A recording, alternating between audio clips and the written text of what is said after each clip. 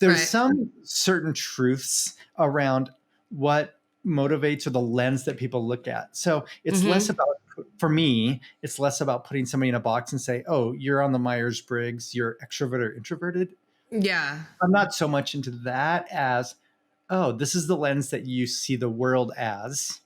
And then in particular, when your tank is full and you're firing at your best, this is how you see the world. And equally, when your tank is low, this is how you can see the world.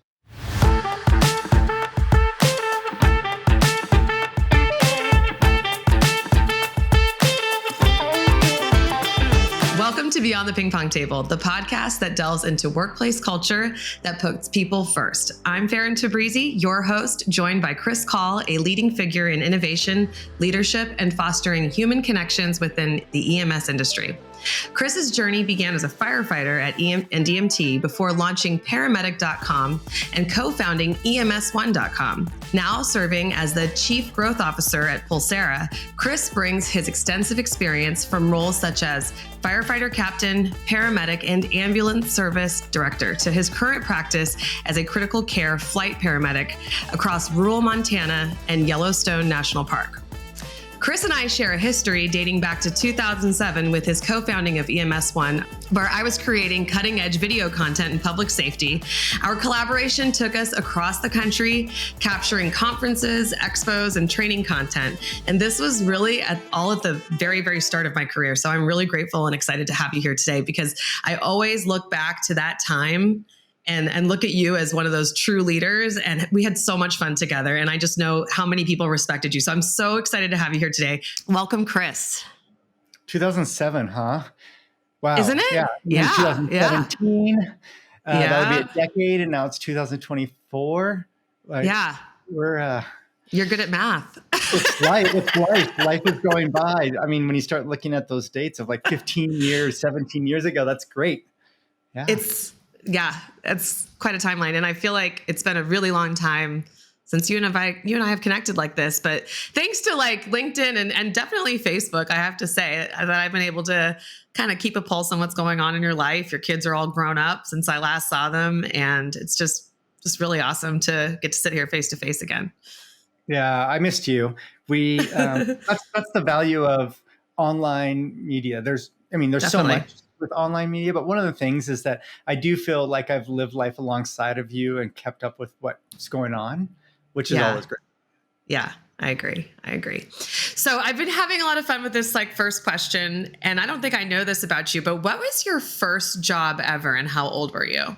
My first one that I'm ironically very proud of is I worked at Taco Bell. So I worked at Taco Bell in high school. And the reason I'm proud of that is that my son, when he was in high school, also worked at Taco Bell, which is the second generation. And now I have this thing. I have this thing about Taco Bell that when anybody's ever worked in the service industry, they're like, oh, I would never eat there again, except for people that work at Taco Bell. It seems like those of us who work there still crave Taco Bell. And so, that's what I did. What's your order at Taco Bell? Well, back in the day, and they opened it up again for a little bit and then it was gone again, are enchiladas, which were really, they're like enchiladas with the red sauce. But the value of working at Taco Bell is that you can add as much cheese or different sauces or all the things you want, right? So that it's a value. And the thing is, our Taco Bell, this is dating me back to like the Breakfast Club days of the different cliques. But I was like that one kid that I was a friend of everybody's, but I was also the one that probably would have been stuffed in the locker with the duct tape. I wasn't the stoner. I wasn't the jock. So I'm just kind of working through which person would I relate with. And they all were smoking. All the cool kids would smoke and take their breaks and smoke in the back of Taco Bell. And I tried to be cool. Just could not.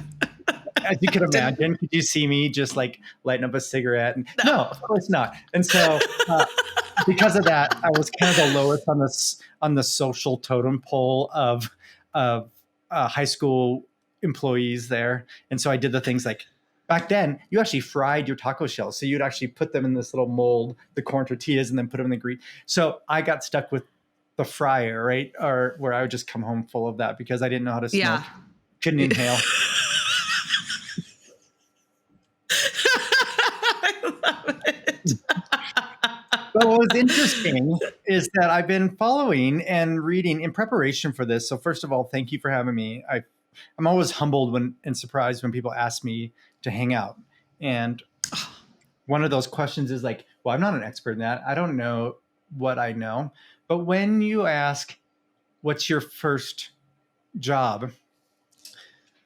It actually brought a memory back where I was asked to house sit down the street while Okay. the family was on vacation. And I did all the stuff to a T, 100% to a T of everything that they asked, water the plants and get their mail, pick up their newspaper, right? And the day they were coming home, my dad said, did you pull weeds? Like actually like dig out weeds? Did you and mow the lawn? And I said, no, it wasn't on the list. And he's like, but it doesn't have to be on the list to do that. If you were in their shoes, if you were just coming home, and of course I couldn't even imagine this, but now I can, having kids, and you think of going on vacation, but it's really a family trip. There's a difference between a vacation and a trip. Right. Yeah. Yeah. And when they're coming home, he's like, I want them to leave. Let's go up and do that. And so, I'm grumbling. I'm a high school kid. I did everything they asked, and yet it wasn't good enough, kind of thing. And yet that was a turning point in my life because my dad went up there with me and we pulled weeds and we mowed and we put that house in that. And now, forward thinking, I'm like, that's how many times across my life did I just do the right thing or choose to go above and beyond, even if it wasn't something that somebody told me to do, because it just needed to be done. And of course, that family, when they come home, are thinking, well, we got to get the laundry done. We got to mow. We got to get all this. Like, they're thinking of their to-dos and they're already exhausted when they come home. And if the home is actually better than it was when they left it, that's a huge gift to people. And so ironically, that was when I think of first jobs, that's a first job that really speaks to the core of culture, leadership, doing the right thing. Wow. That's a great story. What was their reaction? Did they appreciate? Did they see that you went above and beyond? They of course appreciated it. I don't remember. I mean, they were always very giving, so it would not have surprised me if they actually even gave me more money than they said they were going to give me. Certainly, I secured that role whenever they were traveling, right? Yeah. So, but it was more of taking pride in your work and just saying, when I leave something, regardless what it is, it's in a better shape than when I found it. And that's a great opportunity when we are working with others in a company, because, man, I was listening to so many, I was trying to catch up on all of the different podcasts because I didn't want to be duplicative. And yet it's hard not to be duplicative because the cornerstone of what people talked about are just inherent truths, right?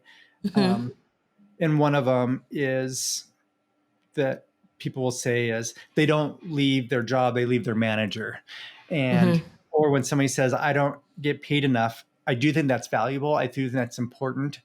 And I do think it's in the top 10, maybe even the top 5, how much you're getting paid. But really what else is going on is it's just something tangible that they can latch onto, because what they're also probably not getting is they're probably not getting the right benefits or pay, and it's valid. I don't want to discount that. And they're probably also not having the ability to make a difference. They're not feeling like they have a voice. They're feeling like they're micromanaged, right? And so when we talk about a culture, really at its essence, we're talking about setting people up for success to be the best that they can be. And that might look different depending on the industry, your team that you're working with, and different individuals. And so the reason I'm saying all these is that I'm going back to the first job that I had. And our school system has given us a lot of props of being somebody who can execute. The more you can execute. So if you did everything the teacher asked and you did it without any errors, and ideally, if you were one of the first to do it, you got an A. Mm-hmm. But when you're creating something in a job and you're working, it's not 100% about how many things you cross off your list, but it's about thinking creatively. It's about maybe saying no to a good idea so that you have bandwidth for the great idea. It's that becomes very complex, right? When you're building a culture. Yes, absolutely. I know. I want to so much to unpack there. And I think what's so cool is that you span so many different industries in the line of work that you do currently and that you've done. Can you give us a little bit of background on how you got into EMS services and maybe even, I guess, what was your degree in college in? Was that? Yeah, right. Okay. Yeah, give us a little bit of background because I want people to know who you are. And then I'd love to get into the people conversation. Yeah. Well, I didn't grow up wanting to run businesses or to do things. I was fairly creative and was originally going to be a teacher. And so I went to college to be a teacher. Now, for those who are not in public safety, in the 70s is when paramedics first started popping up across the country, in Miami, in the LA area. And there was a TV show called Emergency in the early 70s. And the reason I say that is that people grew up wanting to be a doctor or a nurse or a firefighter, back from Benjamin Franklin's time for fire. You think of the Praetorian Guard for law enforcement. You think of nursing, hundreds and hundreds of years ago or even further. You think of the Hippocratic Oath with physicians even in biblical times. But the first paramedic in Montana wasn't until 1991. So many of us didn't grow up wanting to be a paramedic because they may not have even existed or really were part of the culture of that. So it's a really young industry. And because of that, I actually went to school to be a school teacher, originally history and English, and then transitioned to technology education, that intersection between tech and the world. And at the same time, and what was somewhat serendipitous is that in my division or degree, the technology education advisors were also park rangers. And as a park ranger, you're both law enforcement and fire and EMS. You cover all three when you're a park ranger. And so they had basically an emphasis that you can have this degree in education, but you would do your internships, your parablocks on teaching kids fire safety and stop, drop, and roll. Although arguably I've never had to stop, drop, and roll in my life. Did you ever see those memes where they're like, I thought I would have to use my skills to get out of quicksand so much more often than I do. Like, every TV show in the 80s was about quicksand. Like, oh no, TJ Hooker, how's he going to get out of quicksand? Lava. Like, I'm still waiting for the date. And I did an internship. So I actually went and got my EMT my sophomore year in college. I started in the fire service. And then I graduated. And when I graduated with a degree in tech, I really didn't know how to marry both of those. So I was the IT network. Back in the day would be a webmaster IT guy during the day. And then I worked on the ambulance and I continued on school beyond my 4-year degree to get my paramedic. And then when I was going to paramedic school, I was wanting to find, this is right when about the time that Al Gore invented the internet. So this is like the very few people, the internet wasn't a thing. And so I went to paramedic.com and long story short, it was just a domain name that was parked. It was around the .bomb, the 1999 .bomb era. And this guy who was a retired air medical pilot had bought the name hoping great things and ultimately sold it to me for pennies on the dollar. And so I grew that up to about 25 or 30,000 users. And it was really just a forum, a chat to connect with. And this was really just you, right? I had one business partner. You were like a solo. You had one business partner. Yep. And so what I did to make ends meet is I left the IT world to work as a full-time paramedic because we work shift work. So I had basically the 24-hour shifts. I worked 10 days Yeah. on across the over the month, course of a month. I'd have 10 days I worked and 20 days that could work on paramedic.com. Yeah. And then in 2007, a colleague of yours and mine, Alex Ford, Yeah. and another one, John Hughes, they were already in the police world. They were just starting the fire world about a year in, and they were moving into the EMS opportunity. And long story short is that they acquired paramedic.com, Praetorian did, and then hired me to be the first to really co-found the EMS One division, Right. and take the 35,000 users and that group and start growing that to really what it is today. That's where you and I met, because as we got in there was this thing coming out that was a phenomenon called YouTube. YouTube.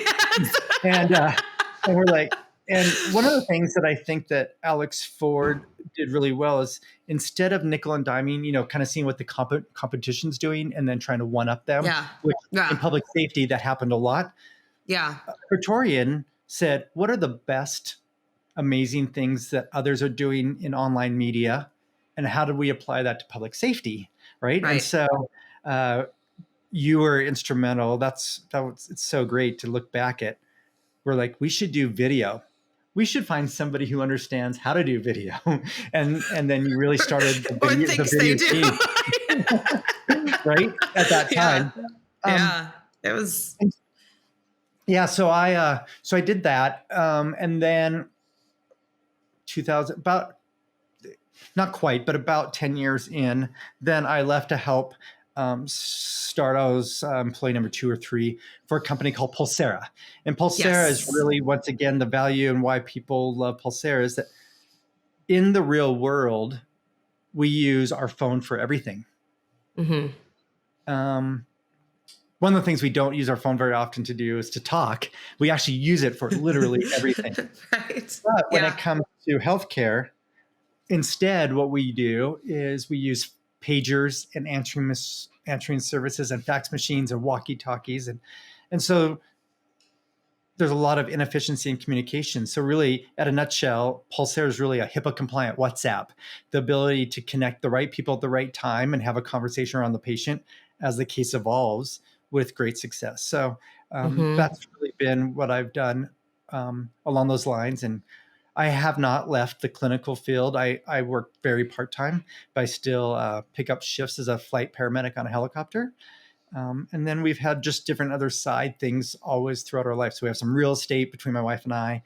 We have we used to own with some other business partners, a private fire department. We had 2 fire trucks, an ambulance, 14 full-time employees. What? I didn't know about this. Yeah, we since transitioned that as that opportunity morphed. We now have a fleet of 11 cars on Turo, which is like Airbnb for cars. Yeah, I know Turo. Yeah. That we rent out here in Bozeman, Montana. So there's I think we have like 3 Teslas and 6 or 7 Suburbans and a couple Subarus, and busy. You're always keeping busy. Are you ever going to slow down? Now that the kids are gone, is it like slow down or is it like speed up again? I'll tell you, there's this thing called empty nesters and this difficulty to reconnect. And what are you going to do? I did not have that challenge. I have the challenge. Arguably, both Ethan, he just turned 21, Hannah's 22. They're some of my best friends, and we're really close. And they're living their best life. And but what's so great is it's actually harder when they get home, because they're like, well, what are we going to eat? I'm like, I don't know, you're eating, but we're out. We're out of here.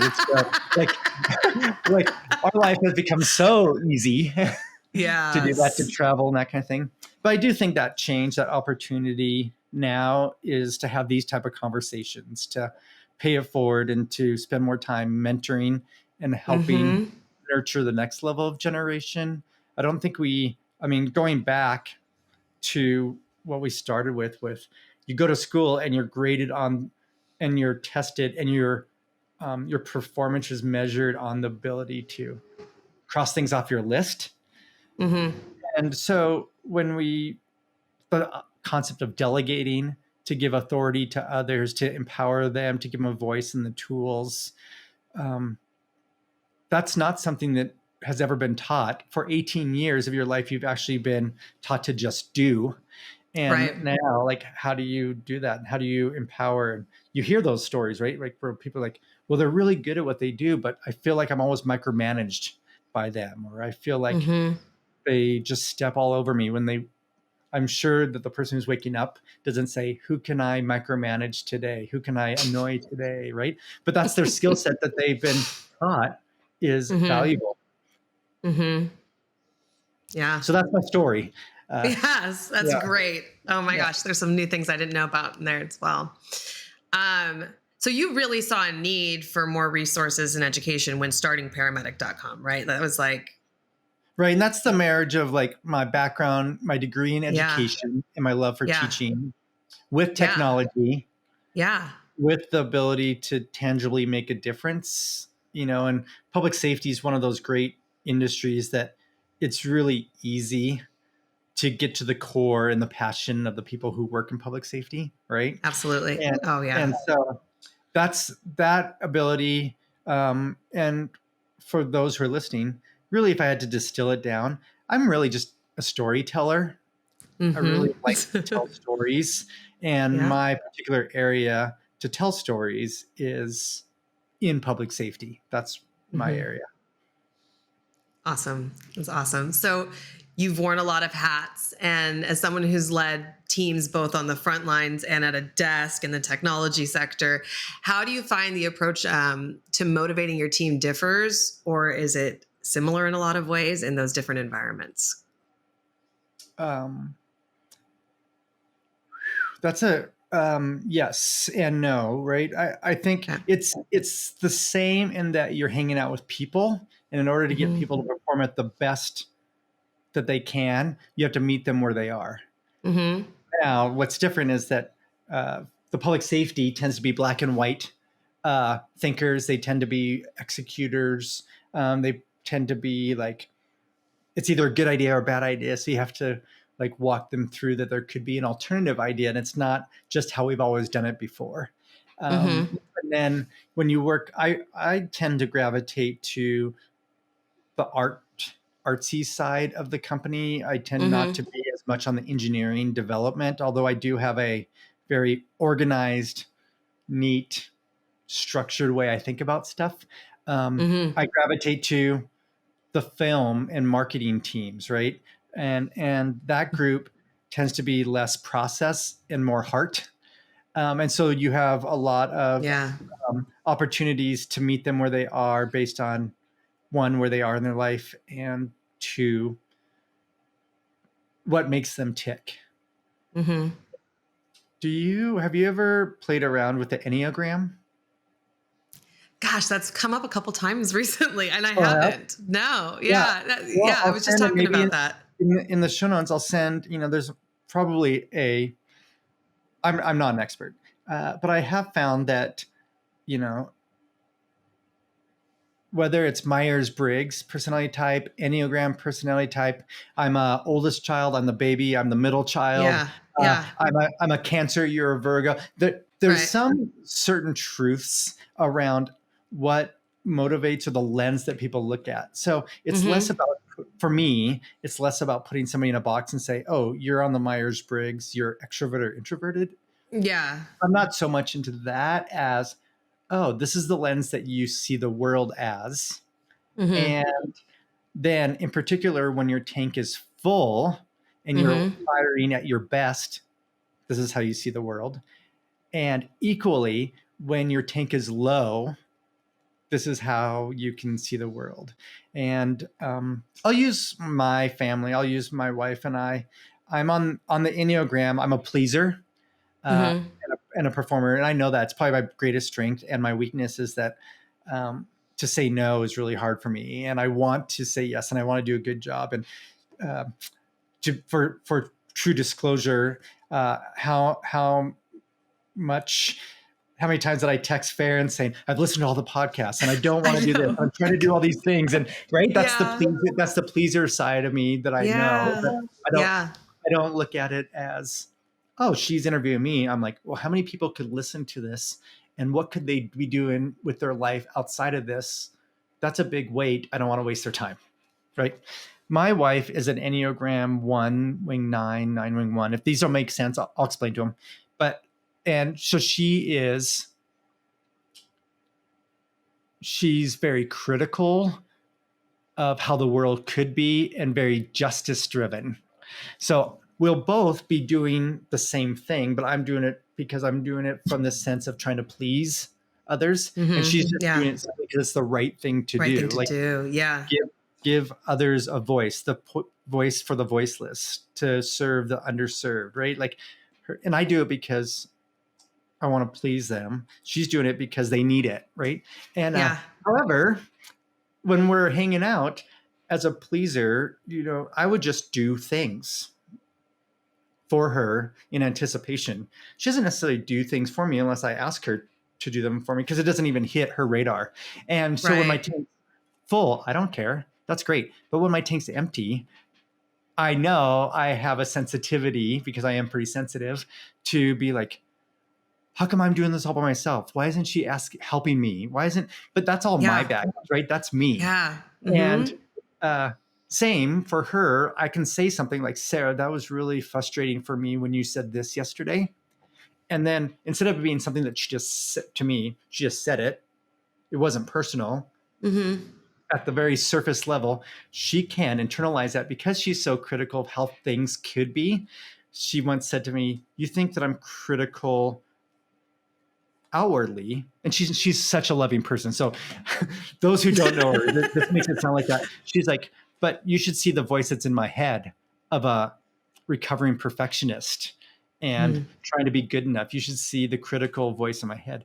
And so I'm like, oh, so when her tank's low and we're having those conversations, it's not, I could have been softer with Kris. I could have been brought more context around what we're talking about. It is, I'm to my core not a good person, right? Like those are the things. So now let's put that back. That's not, and I'm exaggerating these examples, but what was interesting is as we learned each other's Enneagram and I could look at it, I could now say, oh, well, that's the lens that she looks at through. And also when she's exhausted or tired, and she's a big introvert, so she hasn't had time to be by herself to fill up her tank and read, then her personality will shift to tend to look through things through this lens. And by giving her grace or just letting her be, or giving her time to recharge by reading or doing that, that's really what she needs. She doesn't need me to say, man, you're really short right now or whatever, right? And on the same way, when I'm traveling, I'm 50-50 extrovert, introvert. People think I'm very extroverted, but when I come home, I'm a homebody. I like to be home, but I can tell that I become a lot more sensitive when my tank's low. And instead of Sarah picking at that of like, why are you so snappy? Why are you this? She just lets me be me. And over the next little bit, my tank gets full. I've had some time. I sleep. I've eaten, because we're running when we're out traveling. And so let's put that in the workplace that I'll watch, and there'll be individuals. I once had a gal when I was working on the ambulance. I got a phone call from the fire captain that she was really short with everybody and hurt the firefighters' feelings. This little gal paramedic hurt these big captain firefighter feelings, but that's just kind of life. Doesn't matter. She did, and yet she was single, but she was changing apartments and she was going through a breakup with a guy that was not good, but not bad. Like there wasn't a reason to break up, but it was it was her story, right? It's her story. Right. But when you put all that together, me just saying, hey, this is the last written warning. If she had a history of not engaging with others on scene when working well together matters, when you're taking care of patients, that's one thing. But when it's a one-off or doesn't seem quite right, or you start talking, she's like, I haven't slept for a while. And I'm really like, I don't need to add that extra weight. She's already stressed. She's already frustrated. She's already going through different things. And then to say, I think she's going to get in trouble or written up doesn't actually walk alongside of her and fix that problem. Right. And of course there's a spectrum on all stuff, right? We still expect that either they take personal time off or that they can have their head in the game, right? This is a serious, so I don't want to say that that's a reason why we just give people free passes, but it is humanizing it that we put policies and procedures to standardize or share a shared consciousness of what our expectations are. But we're really trying to meet people where they are, and they're bringing their past jobs. They're bringing their past. I think I read a great article from you where somebody had said something once, but it sticks, especially when you're young and you're working really hard. Things stick with you forever and forever.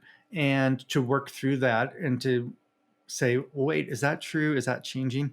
That's exactly what's going on. And as the leader or creating a culture, your quick response to shut somebody down or jump to the conclusion or say, well, that's unacceptable behavior, Captain whomever, I'm going to make sure that person gets written up. Like, you're not really looking at the problem or looking at the world. And I want to walk along people during their best times in life. But that also means we're walking through some of their toughest times in life. And the assumption is that I can have good days and bad days, but your doctor can't. Right? You always think that your doctor is well rested. They never make mistakes. Right. And you would hope that. Yeah, you hope so. Yeah. but the reality is, well, that's an unfair expectation to them. So whomever I'm working with, that's an unfair expectation to them. And so meeting them where they are, I think I have some employees who they just want to be the best at what they do in this box, and they want to be an expert in it, and they want to cross these things off their list, and they want to do that all the time. And I'm like, man, that's great, because I need somebody who's going to come in and manage all of our trade shows or do all of our design stuff. And that's their thing. They don't want to lead people. They don't want to move up in the company. They don't. And then you have others who are like, I will want to do whatever you think is best for me, but I want to learn business. I want to grow. I want to like eventually have opportunity to lead others or be a manager and help learn that. And so two different individuals, both in the marketing team, we're providing one opportunities to grow and move into different roles. And the others, we're making sure that they have the resources and the expertise to be the best that they can be in the roles that they are. And they're both valuable. Have you ever read Kim Scott's Radical Candor? She gives a really, do you know that book? I wrote that down. No. Yeah. I wrote it down. Was it your, I feel like it might have been your cousin who said something about it. Or I brought it up. Yes. Cause we talked about it because I just finished the book, and she has this great section about your rock stars and your superstars and acknowledging who your rock solid people are. Like you said, the ones who are going to be those taskmasters that are going to get the job done. They're not worried about climbing a ladder anytime soon. They're just, the solid, reliable people. And then you've got your superstars, and like giving them both. Like, I think like sometimes we can think kind of narrow and think like, oh, if they're not trying very hard, they, if they don't really like care about this job, but it's no, they like, this is what they're good at. This is what they want to do. Let's nurture that, because we need those people to help propel the other people. Right. Yep. I remember saying, I was driving, listening to your podcast. I was like, Radical Candor. I have to remember. So I just wrote it down. Because, she's actually local out here. Bring her on. I wish. What do you know? Get there. We'll get there. Believe me. We're getting there. Yeah, we're getting. I've got my list. My list of people I hope to bring on one day. Oh, that's great. At Pulsera, we had found this thing for managing change, and really, it was so brilliant. It basically has these like 5 things to manage change, and if you get all 5, then you can make change. But if you miss one of them, like resources, people feel ill-equipped. If Yeah. you aren't giving them the vision, they don't understand why they're doing something. If you don't Mm-hmm. incentivize them, like this will help with patient care, or this is this, then they are, why should we change based on our product, right? So this gal basically said, you're going to have people that are resistant to change. They're going to be confused. People will be frustrated. These are the outcomes. So when you're talking to somebody and you're seeing this outcome, you can look back and say, you know what, we didn't do a good job sharing the vision. I don't think Yeah. we've equipped or trained them with the right knowledge or education in order to do whatever. And, but when we had posted that, ironically, there was this big lawsuit decades ago. And Mm-hmm. we had associated her chart with another gentleman, Mm-hmm. which he had to, and this had nothing to do with us. But since then they had worked it out, but she was supposed to be attributed to it back in the early 80s and has since, but because of that, they found it and we attribute it to somebody else. So her team reached out and said, hey, you need to take that down. I'm like, not only will we take it down, but we want to put it back up with your voice. Like, can we interview you? Can we talk about your latest book? Can we? And she's like, I would love that. And we got to this textbook author, Mary Lippitt, this Dr. Lippitt. She was so amazing of managing change in the workplace and meeting people where they are, like the same things we're talking about. It was great. So in the same, this radical candor, I can't wait till when you bring her on. I know. Funny enough, I've actually met her. I was doing a job for someone else, for another organization that does women's conferences. So I actually got to go to her home office in Los Altos and record her. So if I send her a random message one day, I could probably send her a snapshot. I hope she'd remember me. Yes. That's great. What do you? Yeah. Oh, go ahead. How are your kids? Oh, they're good. They're, as people say, when I tell them I have two boys that are 5 and 3, I'm in the trenches and I'm just wondering when that ends, so we're kind of, there's a lot of joy. There's a lot of struggle. There's a lot of everything. It's really hard. It's challenging because I think sometimes I wish, like, I'm doing so much development on myself and my career and where I'm going with Tabrizi Productions. And sometimes I wish I had already arrived there. And I know that might sound silly, but I feel like, because, it's not to say that I would stop the momentum, but sometimes I feel like I had the inspiration and ideas before I had the kids. So that way I could settle into this a little bit more, take a little time. I feel like it's such a luxury when I hear people say they take a long break from work and then able to jump back in after their kids are off to kindergarten. You know what I mean? So there's a little bit of guilt associated with it. It just depends on the day and kind of what you said about depending on where your tank is, you know what I mean? How you want to look at life, you know what I mean? And look at these obstacles.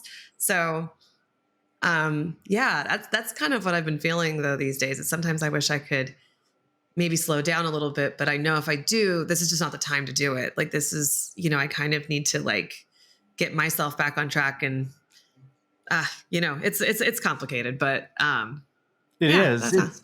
It's even, I read this also a great book called The Checklist Manifesto. Okay. And it's based on a surgeon, but his idea is there's things that are very simple, like opening and shutting the door. And you don't need I had to look at my door. I don't know why. You have to look at the door. You don't need a checklist. You don't need a checklist to open or close a door. Mm-hmm. There's things that are complex. Raising kids. You have 2 boys. Yeah. You don't really have a manual except for how you were raised. Mm-hmm. And yet you raise them the same and they're not the same personality, right? Mm-hmm. That's really complex. They have their own personalities. There's things that happen that you can't recreate. And then things that are complicated. And in the complicated, that's where you make checklists. That's where the pilot makes a checklist of everything. And they go through the checklist so they don't miss things, because it's an easy thing to miss with a high risk if you miss them. But Right. by having a checklist, you're not relying on. And so interestingly, we don't need a checklist for opening, shutting a door, but I started putting checklists and building and planning out things that are complex or complicated so that I have room for the complex, right? Because you're right, balancing that, trying to be present when you work. I do both, right? I work as a clinician. When you clock in and clock out, as soon as the next flight paramedic, flight nurse comes in and I leave, I don't think about the next call. There's something valuable that's there when you are an employee, where when you're off shift, you're off shift. But when you're building a company, when you're working with others in this type of world that's, private or, well, it doesn't even have to be private. It could be a nonprofit. It could be wherever. Like the work never goes away. You will always have more than you can do. And, that's tough to prioritize, making sure you're doing the right things, taking the time. And I feel like you did that, right? You moved from your office to the road for a little bit. Yeah. And did that help put perspective of the things that mattered? Yes, it did. Yeah. And it also sparked creativity that I feel was dormant for so long, be it becoming a mom, being in this weird period of my life. I'm approaching 40 here real quick. And also the pandemic, Yeah. I came out of my best year ever, and pandemic hit and shit got canceled. Yeah, man. And I was pregnant for my second, and then that threw me a curveball. So yes, getting out. That's sweet that you mentioned that. Like I got on the road and spent 2 months like traveling across the US just to reconnect with all the people in our lives that we love and we don't get to see often enough. And didn't make it to Bozeman, but that's definitely on the list. You guys will have a blast when you do come up. I know. We will one day. We will. But yeah, so I needed that disconnect. I mean, I rarely take time just to sit down and think. You know what I mean? I've been like scheduling it now. Like I get up I'm becoming one of those 5 a.m.ers now because I would complain that I didn't have enough time in the day or I didn't have quiet when I was at home, and I can only get to the office so early. So it was like, I just started carving out this time, and sometimes it's 5 and sometimes it's 6:30, but it's either way, it adds up, and I'll just kind of sit in my thoughts and write the thing that comes to mind. And it takes practice to get to a point where that it's easier to do that. You know what I mean? So I really had to be scheduled in that. So yeah, I think I need sometimes something like really dramatic to kind of detach me from like what's going on in the day to day, if that makes sense. Well, I didn't think our theme would go on a road trip. I didn't think our theme would be around filling your tank, but it's been top of mind for me as well. When you start looking back and you start asking people, what do you regret? There's a number of these articles or things. There's not one person in their 80s that says, I wish I would have worked more. I wish I would have skipped more holidays. I wish I would have done these things. And yet, because we're driven and because we're in a competitive world and because, you and I have worked together because of our personality type. So you wouldn't have been part of that team. Same with myself, right? Yeah. And yet I'm finding that it feels very difficult, especially I'll talk about first responders who have a high suicide rate, a high divorce rate, a high addiction rate. And this is law enforcement through nursing, physicians, paramedics, firefighters. Yeah. Because we give everything to everybody else and we don't fill up our tank. And it's tough. I mean, I know this about myself as well as a pleaser, that if you asked for me to come over tomorrow at 7 to help you move, I'd probably be there at 6:30 with donuts, right? And yet the bottom line is, and it seems selfish if I say, no, I'm going to not do something. I'm going to hang out. But I've changed that a lot where I've made sure my tank is full, and what that's allowed me to do. And the best way, since you're a mom, I've never been a mom, but I have been a dad. But as a new mom, like you're so tired and you're so exhausted and the baby cries, and then you just get up and you just power. You're like, I'm going to power through all this. I'm going to power all through this. And yet, if you're not in that situation, which is what you did, you moved yourself from that situation when you went on this road trip and you were creative. That I look back, I'm like, but if somebody watched the little kiddo, and if the little kiddo cried for a little bit, but the mom got 2 or 3 hours of really good sleep, how much more better of a mom, right? Yeah, And so absolutely. that's a really easy like analogy of, but if my tank's filled first, instead of, it's reframing it. And so instead of saying, oh, I'm selfish or it's all about me, it's, if my tank's filled first, how much more can I, how much better of a colleague can I be? How much better of an employee, a dad, a spouse, a friend to others can I be if my tank's 100%? And I found that I've actually been executing and getting things crossed off my list a little bit less, but with higher quality and more fulfilled. And I've been having more conversations that are moving the needle. I've been making sure that things I am doing are the right things I'm doing. And I'm more present. I know that you were or have in the concept of yoga or being present, and just, it's a mindfulness. Like you said, it was a change in behavior that took a while for you to get up at that time and write your thoughts down and do that. And same for me. I'm fast thinking and I move forward and I look at all the things I could get done and I have list after list. Yeah. But then when I look back, I don't think, oh man, July 8th, 2023, that was my best day last year because I got most things off my list.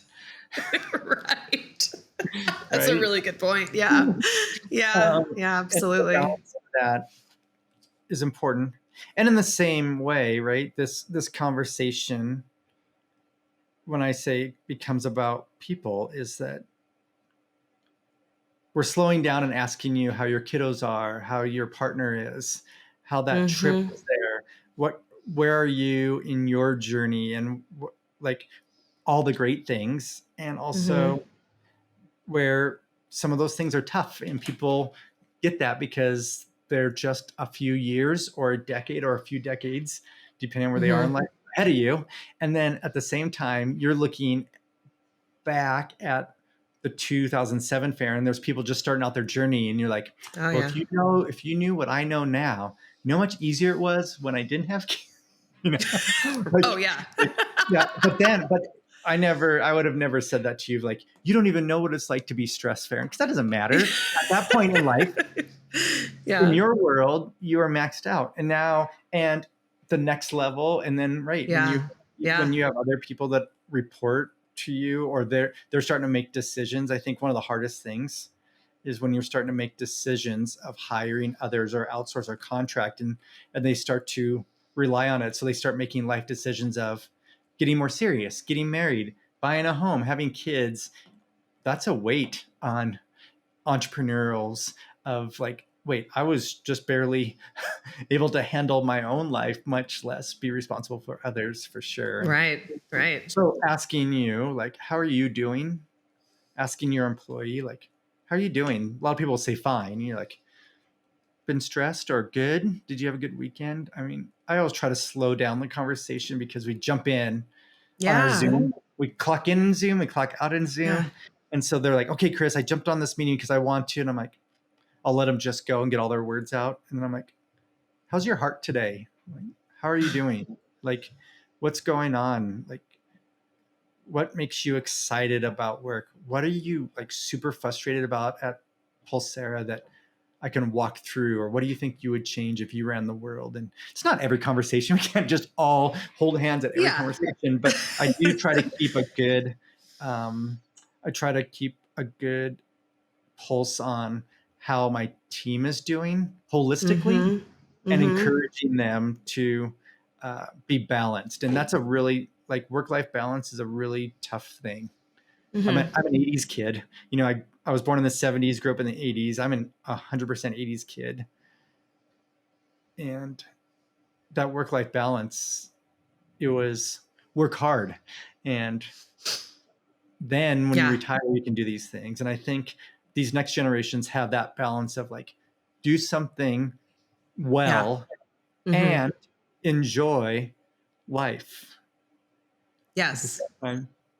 Yes, absolutely. And not to sound cliche, but you just don't know how long you have. So what are you waiting for? Fine. And Oh, I think and it's so great. Like, I yeah, think so many companies now are embracing that. And that's kind of what sparked this podcast, to be honest, is just seeing such progressive companies out there that are really taking care of their people and giving them that time and that space and treating them like adults to make decisions to get their work done. You know what I mean? And yeah, I know there's still a lot of organizations that haven't adopted that. And I know I tend to live in kind of a bubble of, being in the Bay Area where we're really progressive in that way.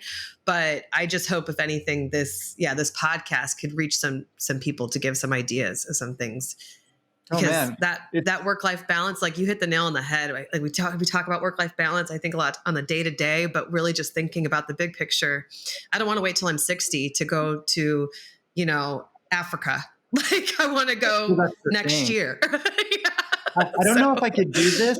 However, I read an article where this gal, people were giving her a hard time because she wasn't fitting into the norm of work for 20 years and retire with your pension, work for 30 years Right. and put stuff in 401k. She'd work for 3 years and then take a year Mhm. off, Yeah. and work for 3 years, take a year off. And they're like, but you don't have anything saved for your retirement. And you're doing, but she's like, I am doing my retirement, because instead of working till age 75 or let's say 60 and then having 20 years of retirement, I'm Yeah. taking those 20 years and I'm putting them throughout my life when I can surf, when I can Yeah. slip and fall off a mountain bike and it doesn't hurt for 4 days like me. Like, Oh my God, it's so true. Yes. yeah. My family is in their 60s. Our parents are all in their 60s, and they're all doing overall well, but Yeah, things are falling apart on them yeah, fast. And 100%. yeah, you got to So do how do things you while you how do you can. how do you do that? And I Yeah. try to be, remember, I'm only speaking of how to create a good culture based on the areas that come natural to me, which is to be really transparent, have heart to hearts, be kind of the Kris you meet today is the Kris you're going to get, right? I don't really have these Yeah. like layers of complexity of, well, you got to get past this to really get to know who he is. Yeah. So it might not work for others, but I do feel, there's always this banter of, is your company a team or are they a family? And people have been on both Yeah. sides of it. And I kind of actually lean more to the team analogy that some team members, just like some teams, they were great during that time. And then this is no longer a good fit for them and they choose to leave, or it's no longer a good fit for us. So they choose to leave. And you're always putting the right team member in. I like the team idea. We tend to be, I tend to be, because I'm a pleaser, I am much better at giving candid feedback now. But I had to reframe it in my mind. Instead of hurting people's feelings, I was saying, but if I'm hiring you as the elite athlete I think you are, if you were a runner in the Olympics, and I kept saying, no, overall you did well, and here's the things, like I want to see some good stuff and then some critical and good stuff, you'd be like, I already know I'm a good runner. I'm in the Olympics. I already know my splits. I know I know the next 10 countries' top runner splits. Like, I want you to be, I brought you in to make me the best that I can be. When I reframe it like that, and I share that with the team of that we're bringing you in because you're already an elite athlete. And so we're trying to give you the feedback to continue being the best that you can be on that. That's a whole, that when you reframe feedback that's timely, with that, it's a whole different area, because if I'm an elite athlete, I can't wait to get that feedback. If I'm in a vacuum and people are just always feel like left and right, I'm getting something circled with a big red X through it that I did wrong. That's not the good feedback. And so I look at it of, how are we connecting at a soul level and helping them be their best? And my hope is that when Farron worked at Praetorian, I'm not trying to keep her there forever. If she chooses that path and it works for her for forever, more more power to her. That's great. However, I do want it to be one of the best chapters in her journey to being the best Farron she can be. And I learned that from a colleague of mine who was leading. And when I ran the ambulance service, it's part of a large corporation, and they were tracking turnover rates, but it was a percentage. And he's like, but is it good turnover or bad turnover? And there's a lot of different phrases for it, but his focus was good turnover is that they join because they wanted patient contact hours as an EMT in college because they have a dream of getting to medical school or PA or nursing, and we help them get there. And they'll forever be grateful of the experience and being able to walk alongside of you for that snapshot of time. The bad turnover is that you have a terrible boss, people are being micromanaged, it's punitive, they don't feel safe, and they quit. And forever, like decades, will disparage the company, right? Yeah. And then that problem isn't the employees, the problem is the leadership. And so I'm always looking at it from, it seems loosey-goosey, but it really isn't. Like walking alongside of you in your whole life. And there are a lot of HR people that say, hey, that's a slippery slope. Don't be friends with your team on Facebook. Don't do these. And I'm like, man, how do I meet them where they are if I don't know that they're going through this, or that that they're walking through these different areas? I don't think I think that's probably a good risk aversion thing. The more you can be separated, the more that it's not going to be messy. And then on the flip side, I'm like, I don't know. I'd rather things be messy and be the best and help them throughout their journey. It's tough. Wow. It's so crazy, Kris. Like I'm looking at this, these notes I have here to talk to you about today. And like the two things bolded right now in front of me are trust and transparency. And that's like, without me even having to get to those questions, that's exactly what we just talked about, And I always admired how you had a balance. You balanced it. It was a balancing act. I'm sure it was more complicated than it seemed, but I think, and add more if there is, but just like you said, just talking, just asking the questions, treating people like people. It kind of just all really starts there, and also sharing your stories alongside. And it just opens up opportunity for so much more learning about each other and how to work with each other. And while those like Myers-Briggs and I think I keep saying it wrong. Enneagram, which I'm going to do now because this has been. I'm going to put them with you to add to the show notes because. Yes, let's do that. Yes.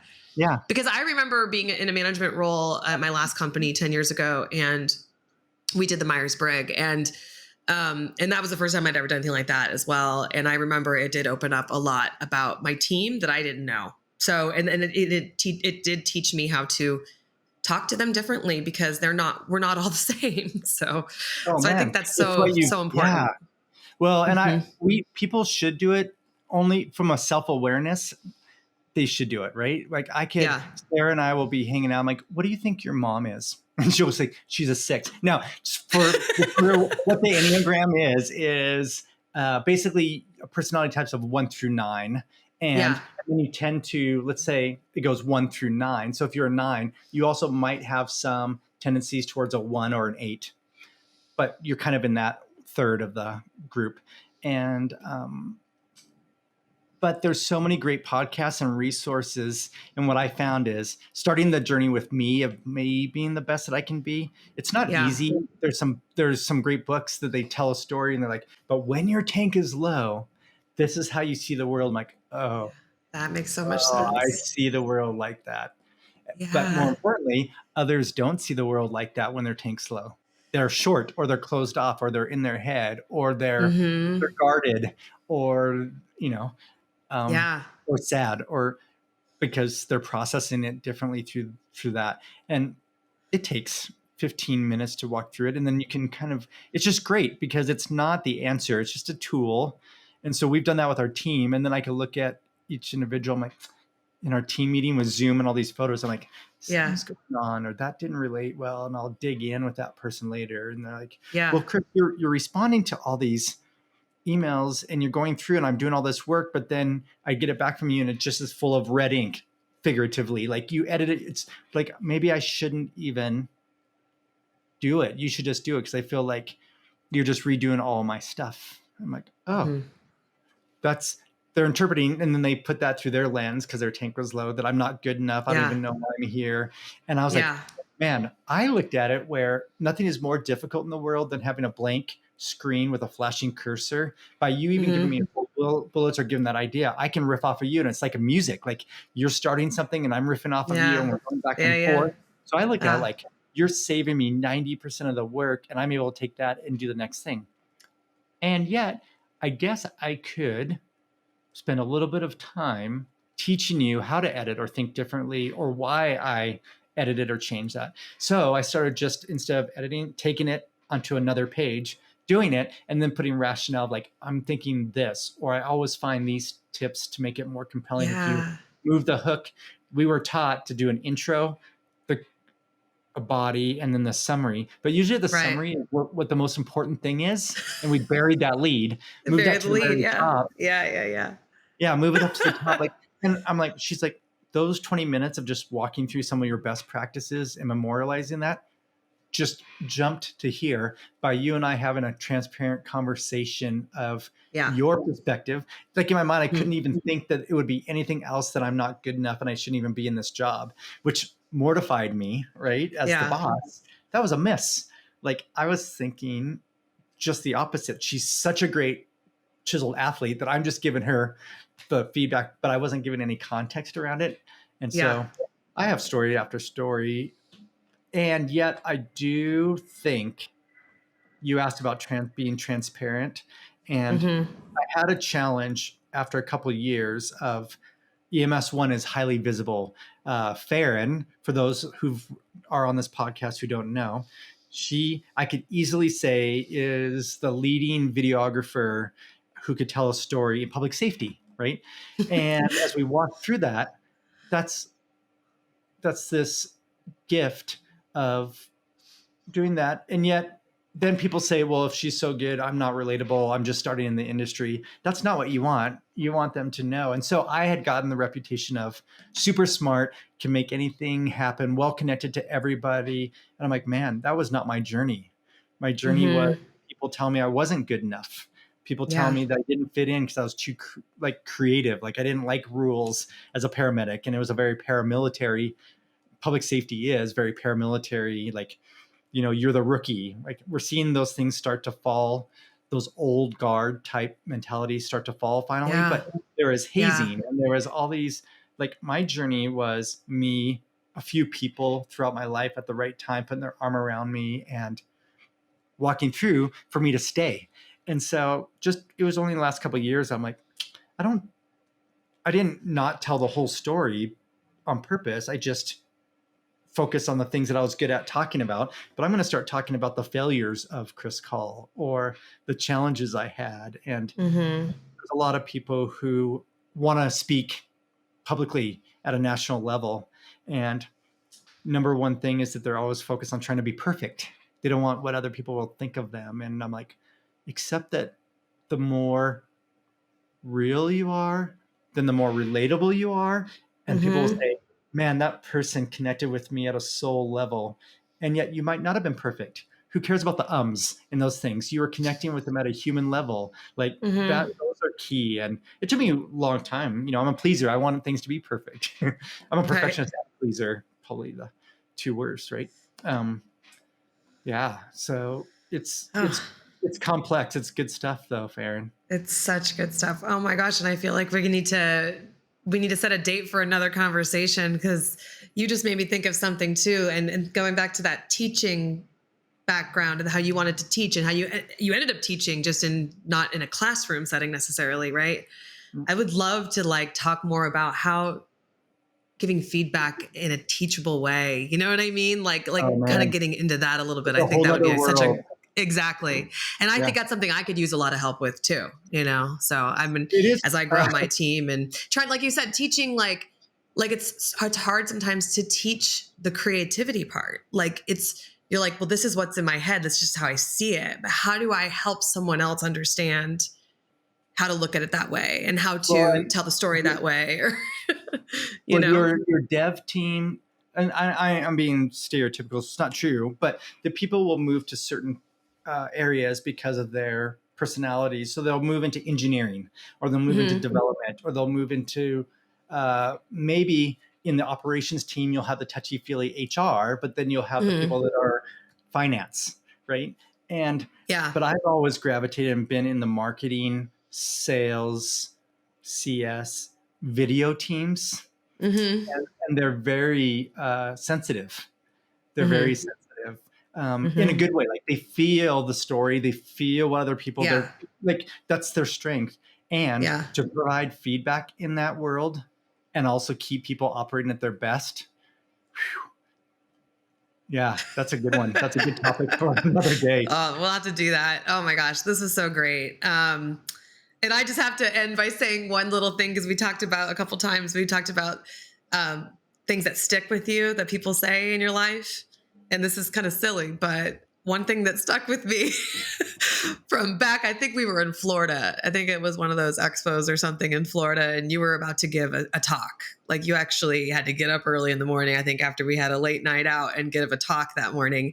And I remember you telling me you always keep a cup of coffee in your hand when you talk to people, that it's psychologically, it's something that makes people relate to you. Do you remember that actually came from a gentleman that Farron and I know well, named Alex Ford. In the first that was Alex? Okay.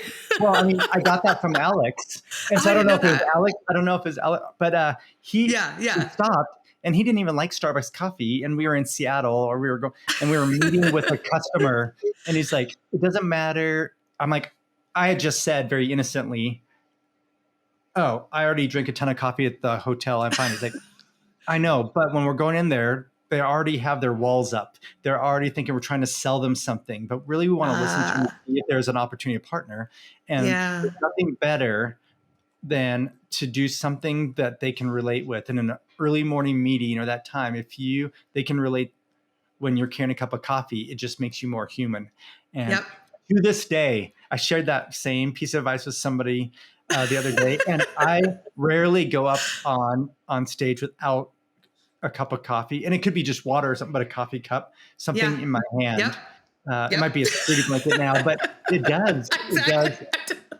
It does humanize you, and they don't realize it, but it does make some type of subconscious connection. That you're just getting through your day as well. I love it. Thanks. I love it. Oh my gosh, so many good nuggets here. To our listeners, I hope this sparks some new ideas, and maybe just to ask questions and listen more. That's my big takeaway. So, Farron, I had such a blast with you. Like, while it was a long time ago that we worked together, it also seems like yesterday. It's some of my best times, and today was just the same. Awesome. Well, we'll have to get that next talk on the books then soon. So, thanks for having me.